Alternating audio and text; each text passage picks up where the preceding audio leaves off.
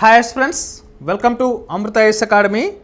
నేను మీ economy Chandramouli sir. స్థూల దేశీయోత్పత్తి జీడిపి గ్రాస్ డొమెస్టిక్ ప్రొడక్ట్ గణనలో క్రింది వాటిలో ఏది చేర్చబడుతుంది?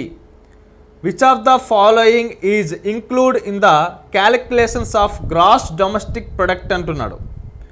దేశంలో పనిచేసే విదేశీయులు సంపాదించే ఆదాయం, విదేశాల్లో పనిచేసే పౌరులు సంపాదించే ఆదాయం, పెన్షన్లు మరియు సబ్సిడీలు వంటి బదిలీ చెల్లింపులు, ఉత్పత్తిలో ఉపయోగించే ఇంటర్మీడియట్ వస్తువులు విలువ అని మనకి ఇక్కడ ప్రశ్నలో ఇవ్వడం జరిగింది. సో మీ అందరికీ తెలుసు, ఇంటర్మీడియరీ గూడ్స్ ఏవైతే ఉంటాయో దాన్ని జీడిపిలో కానీ జిఎన్పిలో కానీ దేనిలో కూడా చేర్చరు కాబట్టి డి ఎలానో కాదు. ఇక పెన్షన్లు మరియు సబ్సిడీలు వంటి బదిలీ చెల్లింపులు ఏవైతే ఉంటాయో అంటే ట్రాన్స్ఫర్ పేమెంట్స్ ఏవైతే ఉంటాయో వీటిని కూడా మనం జాతీయ ఆదాయంలో కానీ దేశీయోత్పత్తులు కానీ భాగంగా చూపించం కాబట్టి ఇది కూడా కాదు. అయితే మీకు ఆన్సర్ ఏ కానీ బి కానీ అవ్వాలి. అయితే ఇప్పుడు మీరు చూడండి, స్థూల దేశీయోత్పత్తి జీడిపి గ్రాస్ డొమెస్టిక్ ప్రొడక్ట్ అంటే మీ అందరికీ తెలుసు. ఏంటి గ్రాస్ డొమెస్టిక్ ప్రొడక్ట్ అంటే? With in a countries boundary, ఏదైతే దేశ భౌగోళిక సరిహద్దు ఉందో అంటే మన దేశానికి సంబంధించిన 28 రాష్ట్రాలు 8 కేంద్రపాలిత ప్రాంతాలు ఏవైతే ఉంటాయో ఆ దేశ భౌగోళిక సరిహద్దులో మాత్రమే ఉత్పత్తి జరగాలి.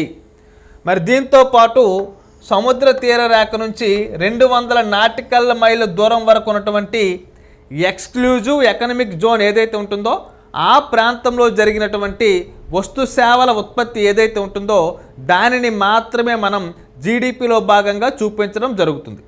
అయితే ఫస్ట్ ఆప్షన్ చూడండి అమ్మా, దేశంలో పనిచేసే విదేశీయులు సంపాదించే ఆదాయం. అంటే మన భారతదేశ భౌగోళిక సరిహద్దులో, మన దేశ భౌగోళిక సరిహద్దులో అంట విదేశీయుడు వచ్చి పనిచేసి సంపాదిస్తున్నాడంట. మరి అది మన దేశ భౌగోళిక సరిహద్దులో జరుగుతుంది కాబట్టి దేశీయోత్పత్తిలో భాగం అవుతుంది.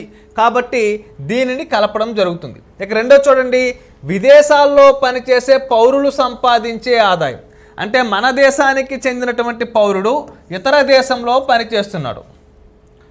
ఇతర దేశంలో పనిచేస్తే అది జాతీయోత్పత్తిలో భాగం అవుతుంది కానీ దేశీయోత్పత్తిలో భాగం అవుతుందా?